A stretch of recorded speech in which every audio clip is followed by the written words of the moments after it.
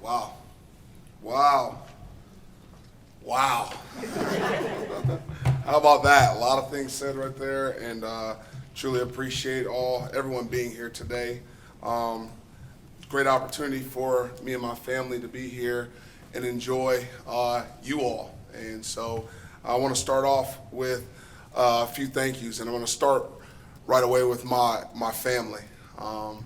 Malia, thank you for every day when I walk into the building, into our house, you embracing me with the level of love and attention to detail that I can truly say I'm honored to be your father because you jump into my arms every single day, okay?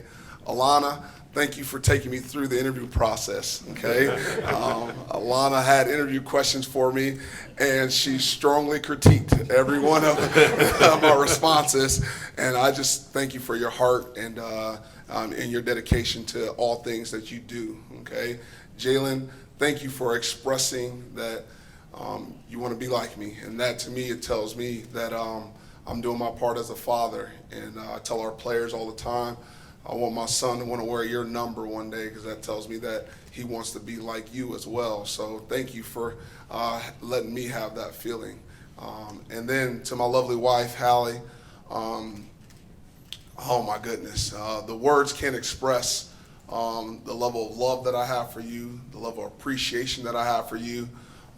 You support me in every single way that a husband could want his wife to support him. You support me emotionally. You support me mentally, you support me spiritually, you support me in every way that I could possibly need a partner, and you take care of this family in a way that most don't get to see. They don't understand what you go through, and but you also take care of me, and I just want to thank you for always having your loving heart for us, okay? I also want to thank our president of our university, President Murthy. President Murthy, just thank you for your leadership in making this opportunity happen for me and my family. What I've learned about you is that you are a competitor, and you want to compete in all things that we're going to do here at Oregon State University. I think they've even honored you as one of the most important leaders in engineering across this world. And so the standard that you have set for this university, I want to follow right in those footsteps and be able to lock arms with you and build this program, this football program, to parallel with the level of success that you've created for yourself in this university. So I want to thank you for that. Also want to thank Scott Barnes, our athletic director. And I just want you all to know that I am prepared to lock arms with Scott. He has been so forthcoming throughout this process and giving me all the information that I needed to make this a place for me and my family, a home for us. He really, truly has shown his belief in me and what I can potentially do here at Oregon State University. And the fact of the matter is we're going to do it together. We are certainly going to lock arms and ensure that we are on the same page. And that's one of the most key ingredients in deciding to come to Oregon State University. It was the alignment. And I did see the alignment between our president, our athletic director, and everybody else within the athletic department. And so super excited to be a part of that alignment. I'll get in line and be a part of that every step of the way. I talked to our team and our coaches about having a low ego but having high output.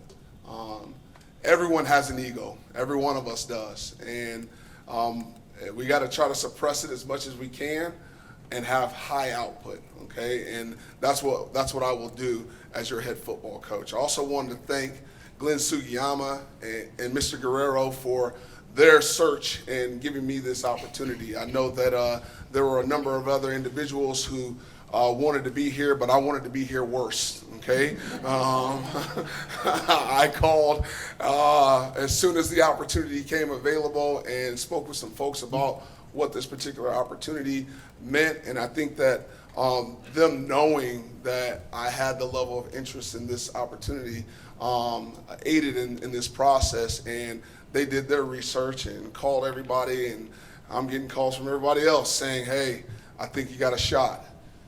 And I didn't just want a shot, I wanted to be at Oregon State University, okay? And thank you for giving me that.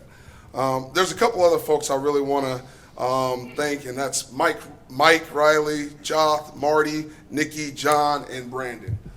They were all integral as a part of the search committee that was making the decision or helping to make the decision for me to be a part of this. What I want to thank them for is they had unwavering support in me the entire time. Throughout the entire process, it seemed like they knew who their guy was right away, and I just didn't want to disappoint them. And that's really what it was in going through the process. I didn't want to disappoint them, and now I definitely don't want to disappoint them now that I'm here. So I'll do my part. Brandon was on the phone with me frequently through text messages and phone calls, and I just appreciate them giving me a vision of what Oregon State is currently, and then listening to my vision of what it's going to be, and being in full support of that.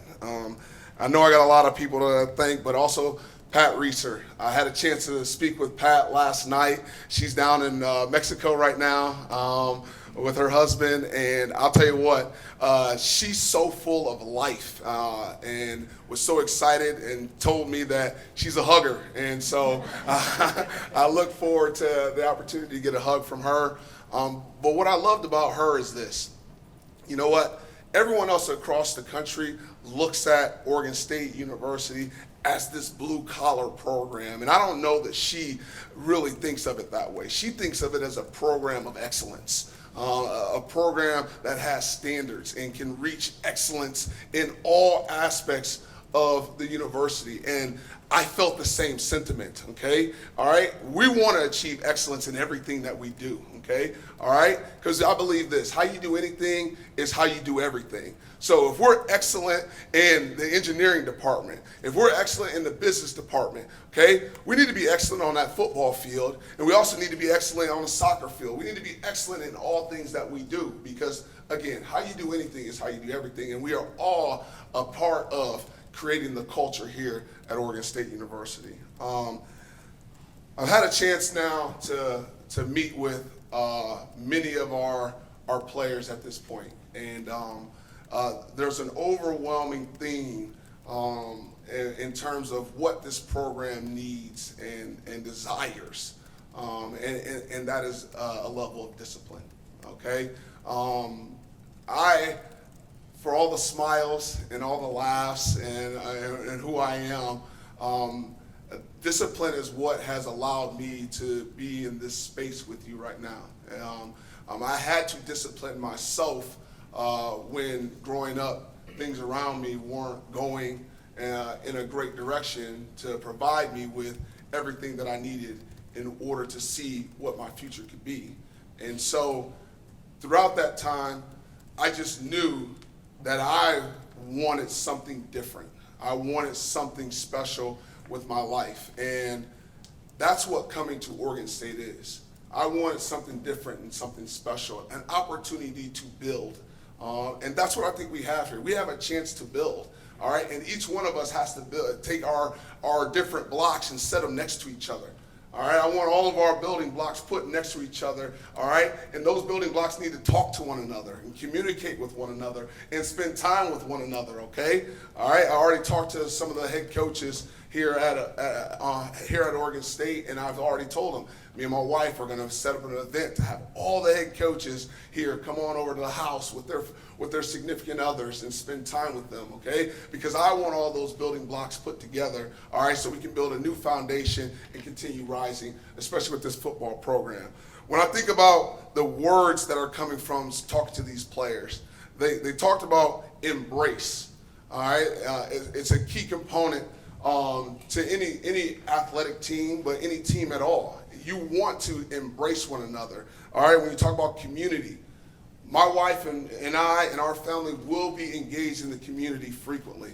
And do not hesitate to come up and say hello to us. I truly appreciate the opportunity to engage with you, with everyone involved in Beaver community, okay? But also, we're also going to be involved in, we've done Easter egg hunts at our house, okay, where we had the kids in the neighborhood come over and, you know what, found a golden egg, you actually got a bike, okay, which is always it was always fun for the kid. Again, something that I experienced growing up as a kid. That's how I got my first bike, because we couldn't afford one, okay? You don't know what every other person is going through, so you want to engage the community. You're also talking about the alumni. That's when you're talking about engagement. Let me tell you right now, all the alumni, get your butt back here.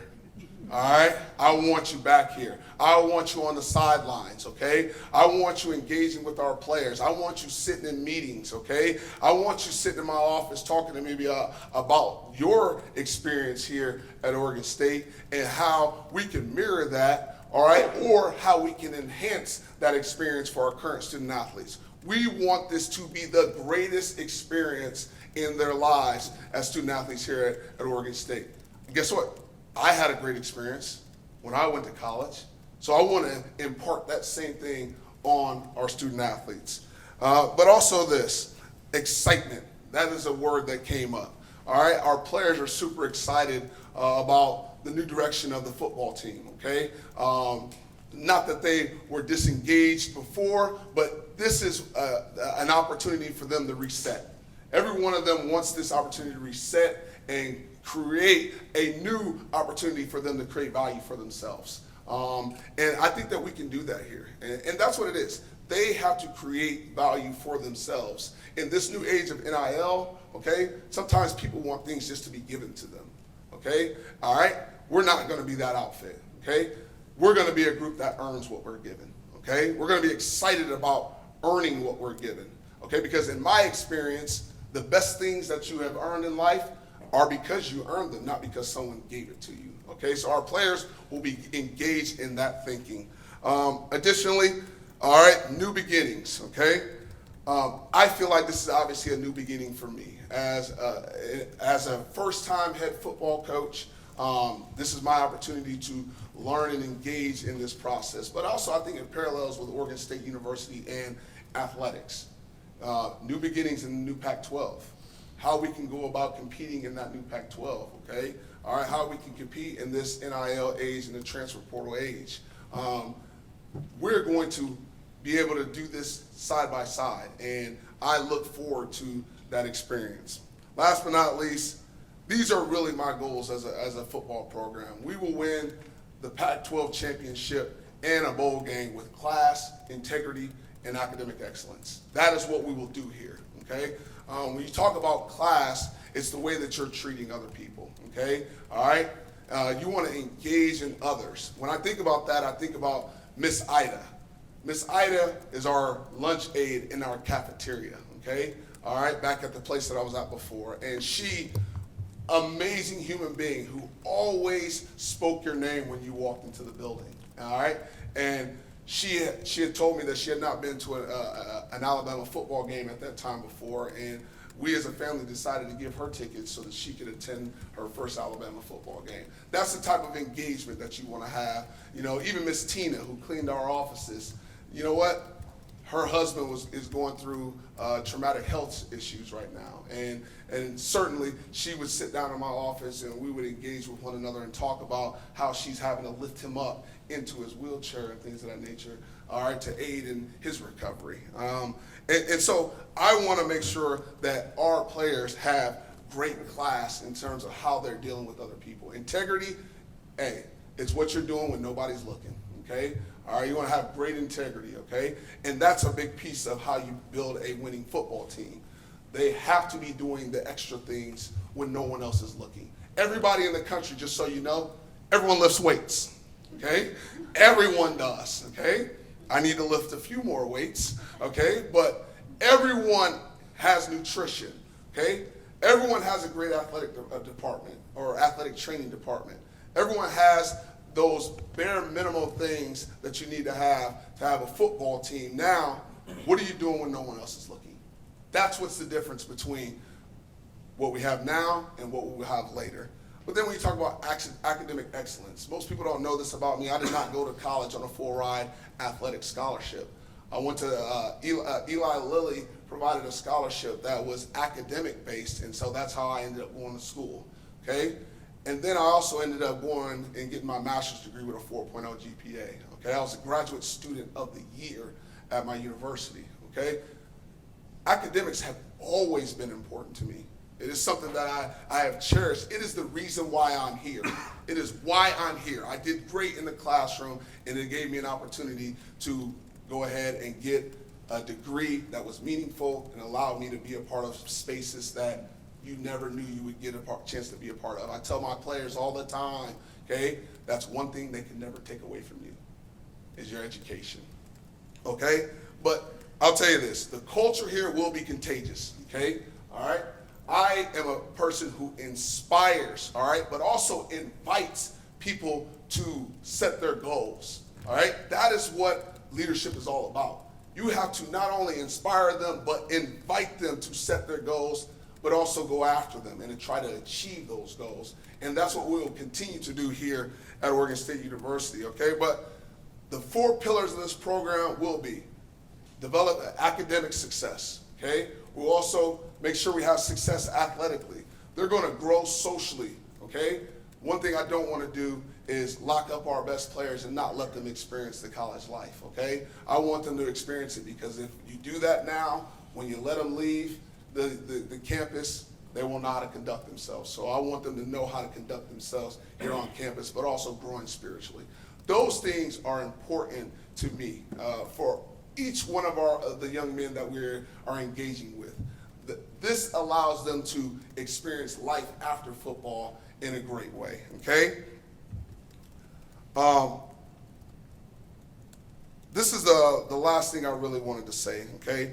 I wanted to thank really all the players that came before. I want to thank Rondell Moore, David Bell, Milton Wright, Roma Dunze, Jalen McMillan, Jalen Polk, Ryan Williams, Jeremy Bernard, Latsier Brooks, Isaiah Horton. I want to thank all these men for allowing me to coach them. They allowed me to instill my vision in them, and because they have put my vision on the field, that's why I'm here at Oregon State University as your head football coach. And so I just want to thank them. But I also want to thank the Jackson Anthrops. Those are young men that you guys have no idea who that might be. Mason Wheeler. Okay, my wife is laughing because she knows. Okay? All right, Jackson Gerard. These are young men who rarely got a chance to see the field, but also take on that same vision and is instilling it in their own lives right now. Guys, I will engage with every single player that is involved in this program in a way that they will take the lessons learned here onto their future lives, their future professions. I will do that in a way that is special. And I just want to thank you all for allowing me to be here as your head football coach. And last but not least, go Beavs. Oh.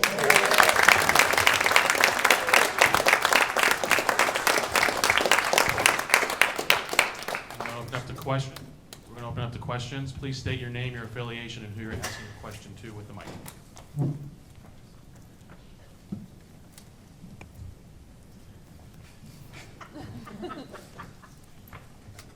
Coach Shephard, Ryan Clark with Oregonian, great to meet you. Hey, great to meet you too, Ryan. Thank you for being here today. Sure, welcome to Corvallis. During the hiring process, it was reported that you pushed hard for a general manager, a football general manager for this university. Why was that important for you to do that, and how do you feel that this school can compete in the NIL space, and sort of what assurances about that did you receive in the process?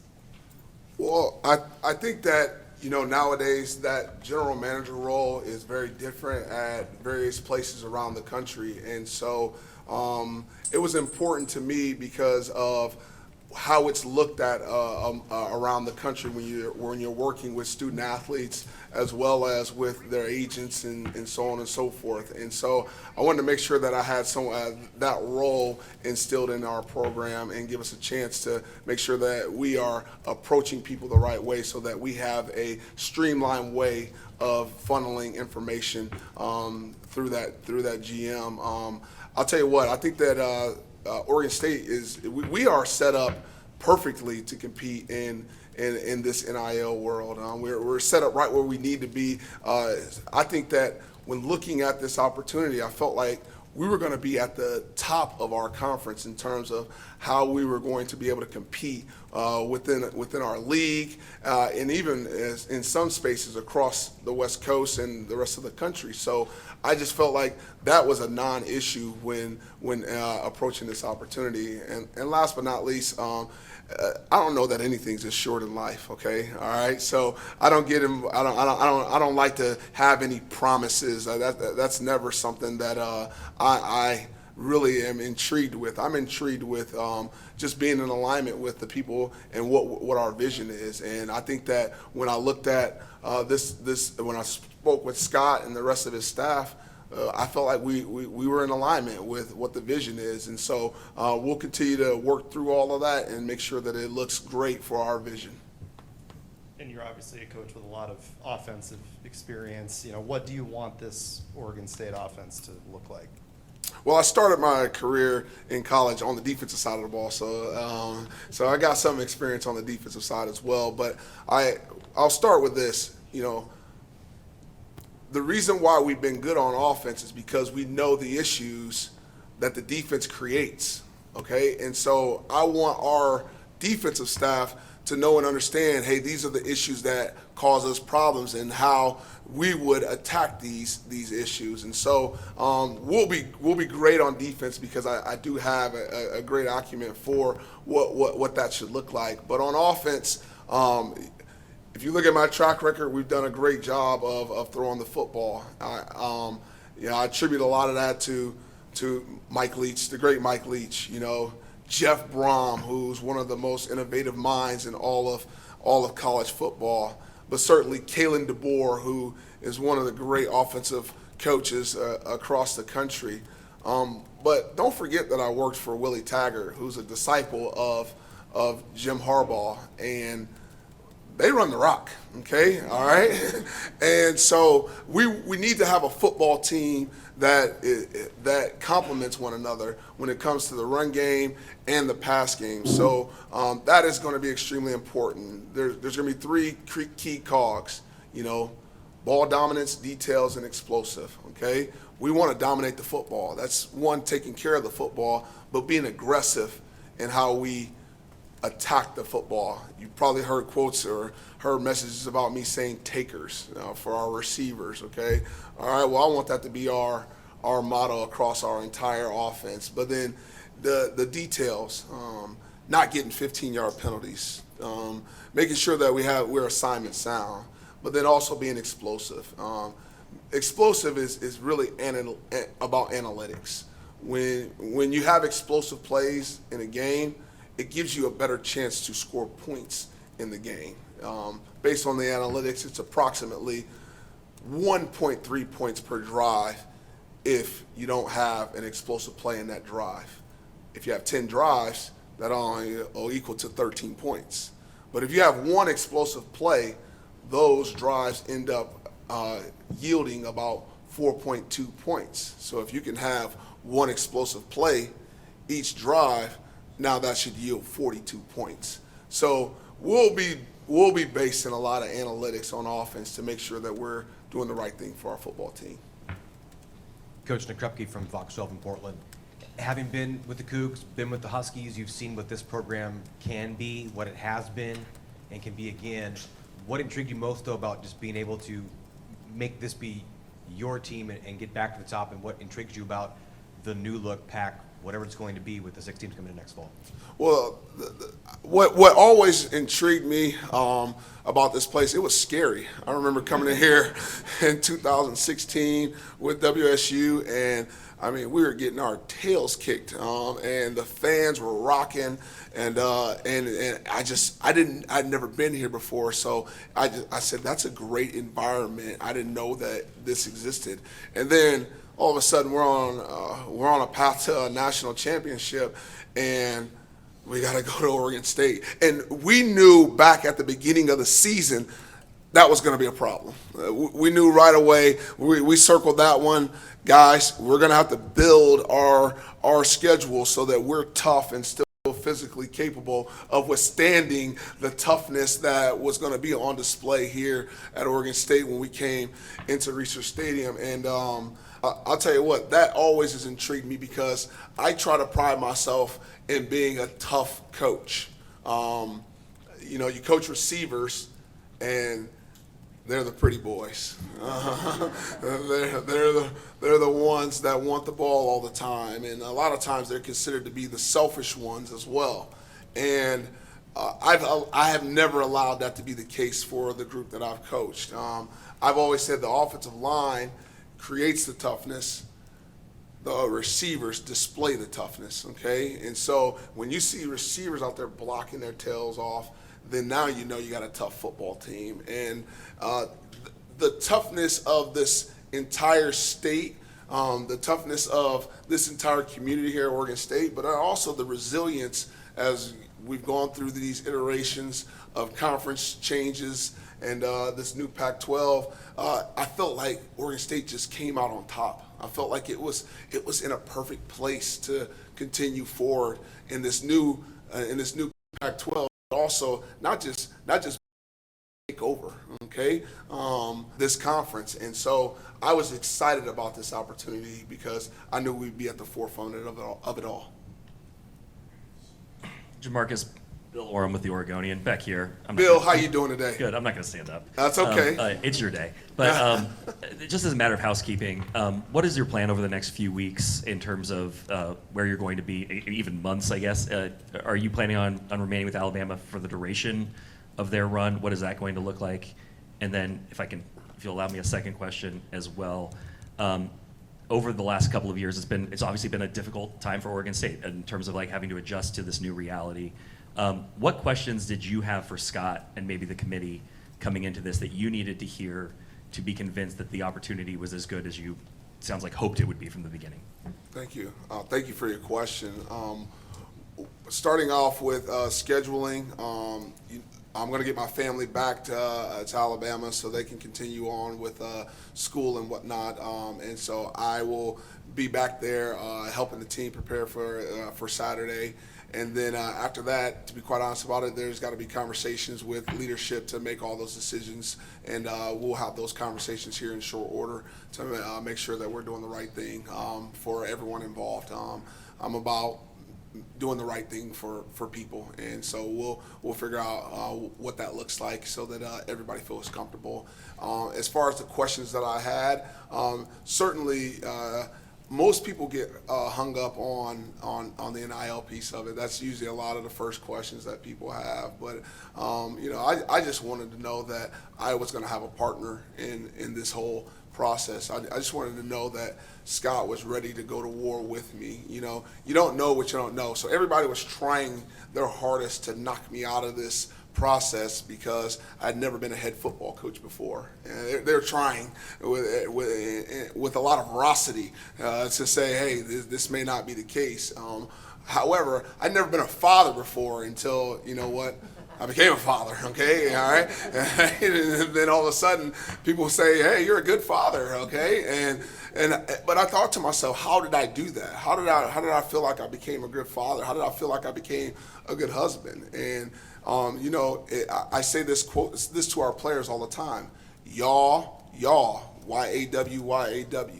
You are who you associate with. My son is saying it as I'm saying it, okay?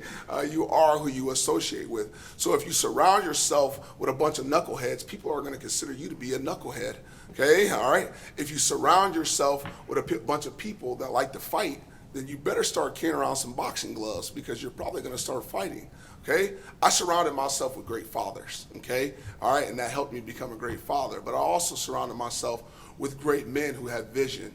all right, with great men who were great football coaches and head coaches, all right, but I also wanted to make sure I was surrounded by a great man who knew what he wanted out of this football program. And I think Scott, he really embodied that throughout this process. He knew exactly what he wanted, how he wanted it done, and I feel like I've associated myself with someone who's going to get this done, all right? I wanted my success to be his success and vice versa.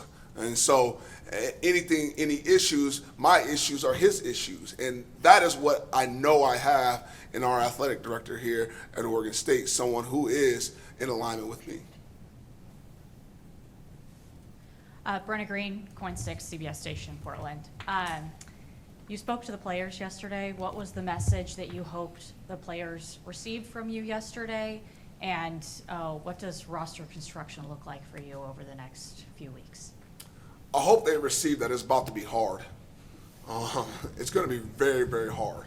I want to create adversity for them.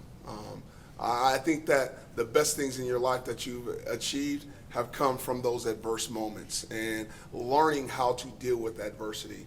I tell you what, in this day and age of NIL, some players, this will be the most money that they will have ever made in their life. I think about this all the time. It'll be the most they maybe ever make in their life. And what are they going to do when that first job comes up and they're offering them $35,000 a year for that job? How are they going to respond? Or the first time, they find out something about their child that they're not excited about, or the first time, their wife, wants to get a divorce, or how are they going to respond to adversity? And here at Oregon State, we're going to teach that. We're going to make sure they know and understand how to deal with adversity in a real way. And then we talk about roster construction. You know what? We're reviewing. I started reviewing through the process what the roster looked like, and since I continue to review it, just to be quite honest about it, we could have filled out an entire roster for signing day tomorrow.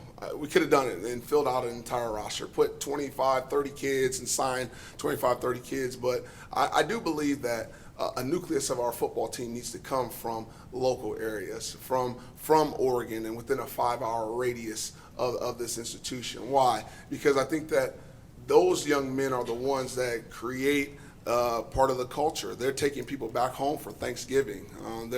They're taking people to the lake and taking them out skiing, and they understand the landscape of the area that we're in. So they are the nucleus of what we do. All right, and then also, I think that Oregon State has been its best when it's recruited from the Bay Area and South and Southern LA. They've done a great job of recruiting elite players from those areas of the country. But also we got to tap into Utah. We got to tap into Colorado. I've had a lot of success in Vegas with Roma Dunze and Jeremy Bernard and even Derek Meadows, these young men coming from that area. So I wanted to make sure that we were able to bring kids from our footprint into the program. And you can't do that without getting to know them. You have to really understand what makes them tick. You want to know their family environments. You want to know this. Do they love football? That will be a priority on this football team. You have to love football, okay? All right, and if we can get a bunch of kids out there flying around who love this game the way that I love it, then I think we'll be able to get to the level of success that we want to achieve. But still going through the process of meeting with every player on the roster. I should have that done here in short order, but wanted to spend time with each and every one of them so I could hear the good, the bad, and the ugly. I wanted to hear everything to give us a chance to mitigate any issues that we could have going forward. Coach Isaac Streeter, Portland Tribune. Nice to meet you. Oh, right here. Oh, there you are, Isaac. How you doing? I'm good. How are you? I'm doing great. You brought up the signing day stuff there just a moment ago. I wanted to follow back up on it. With the signing class in the state that it is currently in and the transfer portal window approaching for you guys in January, I'm curious, how much work do you guys feel like you're going to have to do through that process to get the roster to where you want it to be next August? Well, it's no different than anybody else in the country. I mean, everybody's got the same issues. You're going to get kids that transfer. With this new iteration of the transfer portal being a one-time thing, everyone's going to have to deal with a new reality as it relates to that. And there's going to be some kids that are going to test the waters, and you know what? We have to find a way to connect with them early in this process to give us a chance to retain the players that we want to retain. That trust piece comes with three parts. It's really having great character, and I'm going to continue to display great character. And as I hire these coaches, they will be coaches of great character. It's also going to talk about our ability to connect. We have to be able to connect with them quickly. You don't have a lot of time before that iteration of the transfer portal opens up, and so you got to find those small connections. And as I said before, it'll be through the stories, but also we have to show them how competent we are. We're gonna have a high-level, competent group of coaches who know how to develop student athletes.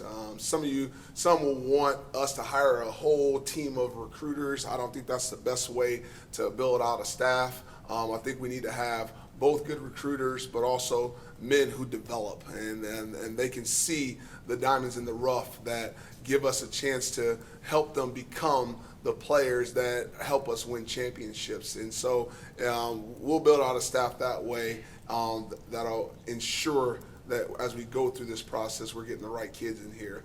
I can't tell you how important it is to me that our team is representative of the Oregon State University's community. I don't want a team that is embarrassing our football team, our university. Okay, but I don't want them to embarrass their own families, and I don't want them to embarrass themselves. Okay, so that will be a priority to make sure that we find guys who are going to come in here and they're going to mimic the things of this university. I pride myself in trying to do the right things for the university. I expect them to do the same thing. So there's a lot of things that you have to make decisions on pretty quickly, but at the same time, I want to take my time and make sure that we get the right people here. One more from me. You said you started your career on the defensive side of the ball, with those chops in your background. I'm curious, what are you really looking for on the defensive side when you're hiring a DC, and just kind of the culture and identity you want to create on defense? I think it starts with I want someone who's creative. I don't want someone who's just stuck in their ways of doing things. I want them to be consistently, as you heard our president say, looking to improve. Okay, I don't want someone who says, hey, what I did last year is going to be viable for this year, because I just don't think that that's true. So I'm looking for someone creative. I want someone with a bunch of energy and excitement. I am considered an offensive guy. All right, that's great, but I need someone on the defensive side who brings that level of passion and energy as well. I love spending time with our O-line and our D-line. That's where I spend a lot of time. I go into our O-line meetings, our D-line meetings, and spend time with them even as a position coach. And so I'll definitely spend time with those groups because I think that they are the nucleus of the team. But I want our defensive coordinator to know that he has all autonomy to be the passionate coach that he should be, to allow our players to gravitate towards him and gravitate towards his energy as well. But I want someone who's called it and done it themselves, who knows how to implement a program from the ground up. I will try to take a page out of Coach Saban's book, where a lot of times once you implement an offense or defense, it was carried over, regardless of who the next defensive coordinator and so on and so forth is. So I also want the defensive coordinator to be excited about helping train whoever the next guy is in the building. I want him to be excited about raising who the next person is, because I believe in having a system where we're going to be able to, it's basically a farm system. Okay, once someone decides to leave here, which we hope they never leave, but it just happens from time to time. I want the next guy to be already in place and ready to go, and I think that I've identified a candidate or two that'll fit the mold for all of that.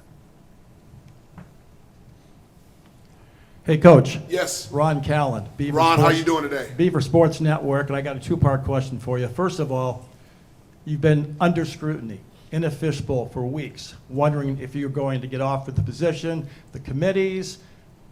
Tell us about the moment you finally got the offer, accepted it. What happened, and how excited were you?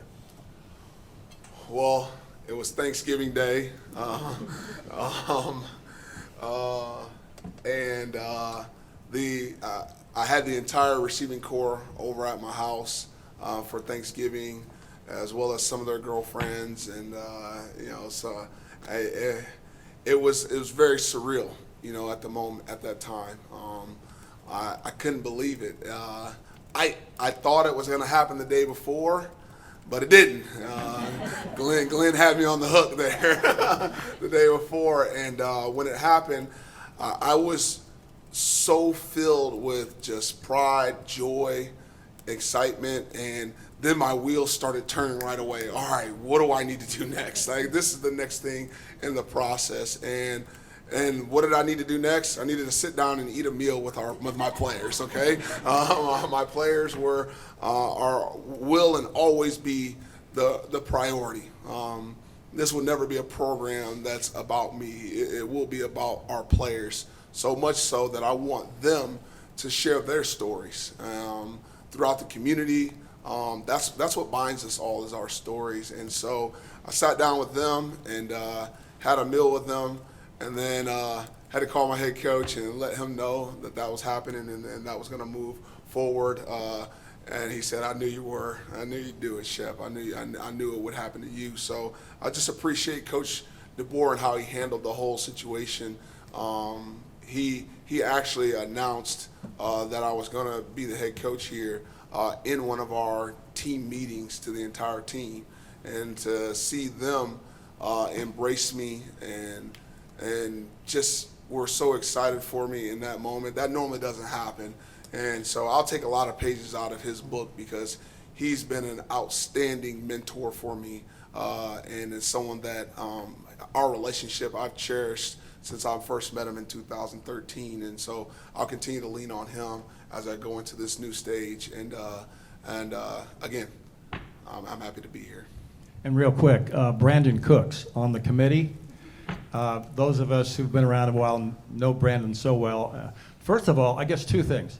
What kind of a receiver do you think he was? How great? And what impact did he have on you as far as learning about OSU? Oh, I mean, great receiver. I mean, he's been in the league, 12 years or something like that. He's been around some great coaches, and been around some great position coaches, and so organizations. It was funny, as we were on the Zoom, I made mention that I'd love to make a hire on the staff of a former Beeve and get him on staff, and he messaged right away, "I'll come." And I tell him, man, go play as long as you possibly can and enjoy playing. But he has been super valuable in just letting me know the culture of this program and what it looked like before, and what they would like to see it look like going forward as alums. And so I want to support that mission for them, and make sure that it coincides with what we want here. It's funny, Julio Jones was a receiver who was on the sidelines of games, and he was like, I was nervous to say something to the guys because I didn't know if Coach Shephard would respond appropriately, to him coaching the guys up. Julio knows the position better than I do, just so we're clear on that, okay? And the former players, they know. Steven Jackson got on the phone with me already. The Rogers brothers, they got on the phone.